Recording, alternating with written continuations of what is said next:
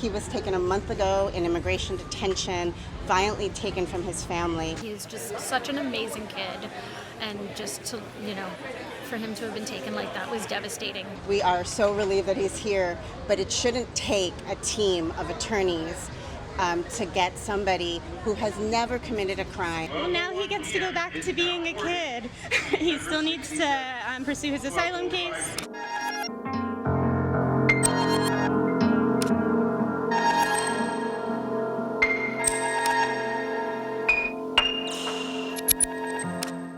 A high school student from Queens was reunited with his family after spending more than a month at an ICE detention facility in Texas. The 19-year-old arrived at the Port Authority bus terminal after a 38-hour bus ride from a Livingston, Texas jail. A group of attorneys from the New York Legal Assistance Group scored a big win to get the Ecuadorian immigrant released on a $20,000 bond.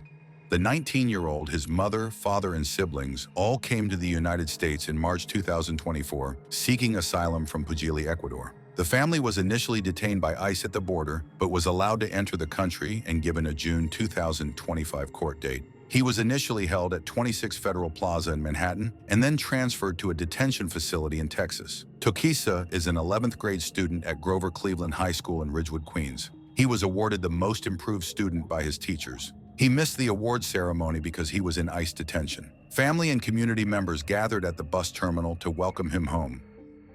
We are so excited to welcome Derlis home. He was taken a month ago in immigration detention, violently taken from his family, held at 26 Federal Plaza for many days in horrible conditions, and then transported to Texas, far away from his family, community, friends, and school.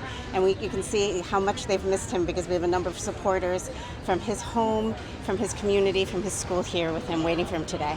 We are so relieved that he's here, but it shouldn't take a team of attorneys to get somebody who has never committed a crime, who has only been an upstanding addition to his community, out of detention and back. He was only going to immigration court to seek the protections that he is due under the law and should not have been detained in the first place. Derlis, like many people who were allowed into the United States legally to seek asylum, then did so. He applied for asylum timely, which people are supposed to do before arriving in the United States, for being in the United States for 1 year, and he did that.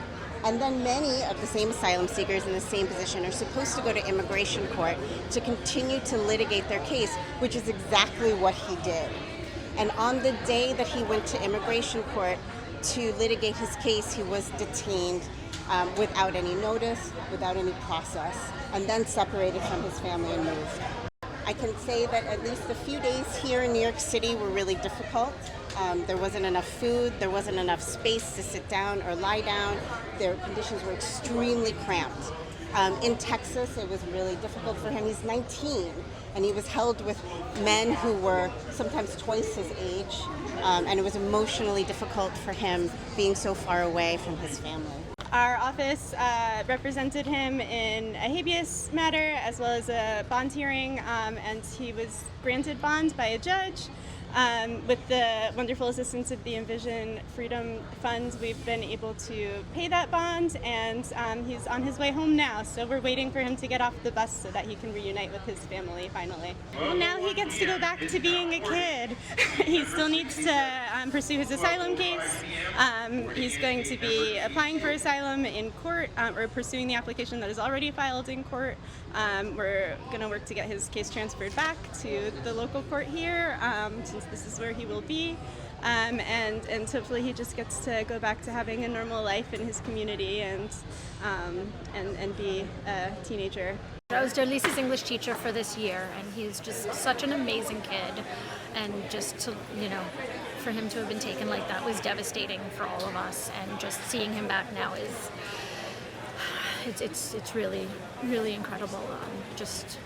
Earlier, President Trump's border czar, Tom Homan, said he wants ICE agents to accelerate arrests even more. Look, we just passed a big, beautiful bill. We need more beds. Governor DeSantis came up with some beds pretty quickly. We're looking to get 100,000 beds. And the more beds we get, the more bad guys we can take off the street. Every criminal alien we arrest on the street, before we deport them, they need a bed, because it takes several days, several weeks, several months to actually remove them. So we need more beds. We're bringing beds on quickly as possible. I think Governor DeSantis came up with a good model. And I'm not familiar with the cost. That's a question for ICE, but we're looking for beds, and I hope we get more beds on soon. We need the beds. I'm sorry, I said alligator Alcatraz. I meant Alcatraz. The reopening of Alcatraz, the original, off the coast. Well, I think they're looking at it. I don't think any decision has been made yet. They've looked at the cost of it, but I'm not in the loop on that. But again, we're looking for any available bed space we can get that meet the detention standards that we're accustomed to.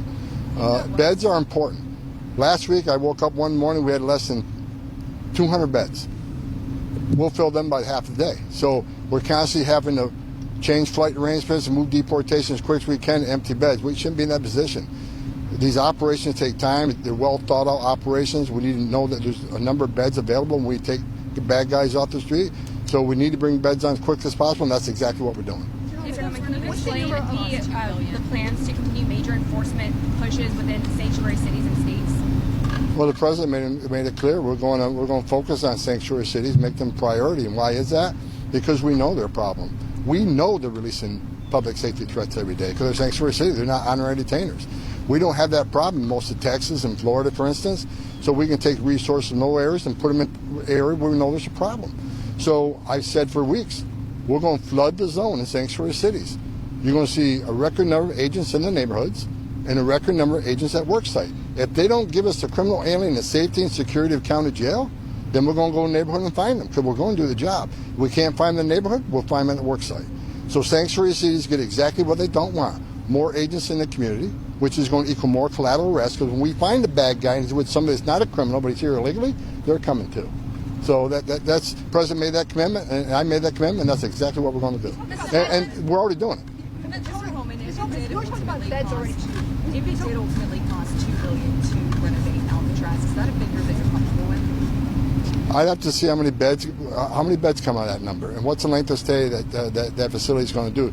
We got short-term bed facilities, we got long-term bed facilities. So unless I have that information, I can't even give you a guess. Would you rather see other states do things like alligator Alcatraz instead of this big? I know the secretaries are working with other states to do that, to bring on beds quickly that meet our detention standards. Look, I think states have a responsibility too. What the Biden administration did for 4 years, releasing all these people into the country not properly vetted, becomes a state problem. Look, all the traffic you saw in the last 4 years coming to Texas, 97% of it didn't stay in Texas and went all over the country.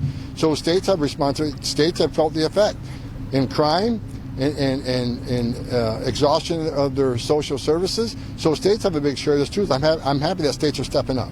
As far as beds are concerned, what kind of number do you have right now as far as the beds are concerned? How many, and what's the timeline to get to 100,000 beds? Quick as possible. I don't have a timeline. We got a lot of contracts being reviewed, but the faster we get the beds, the more people we can take off the street. How many beds do you have right now?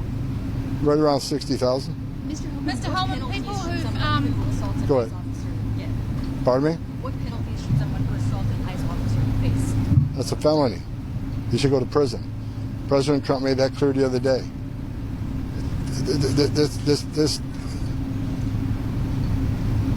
This ridiculousness is over. You put a hand on an ICE officer, you're going to prison. You impede an ICE officer, you're going to be prosecuted. When are you going to start? If you know and conceal an illegal alien, you're going to go to jail. If you throw a stone at an ICE vehicle or an officer, those days are over. They're going to get out of the car, they're going to arrest you. President Trump made that clear the other day. I talked to President Trump about that. Within 15 minutes, he put a tweet out. So the ICE officers know, zero tolerance. Border Patrol knows, zero tolerance.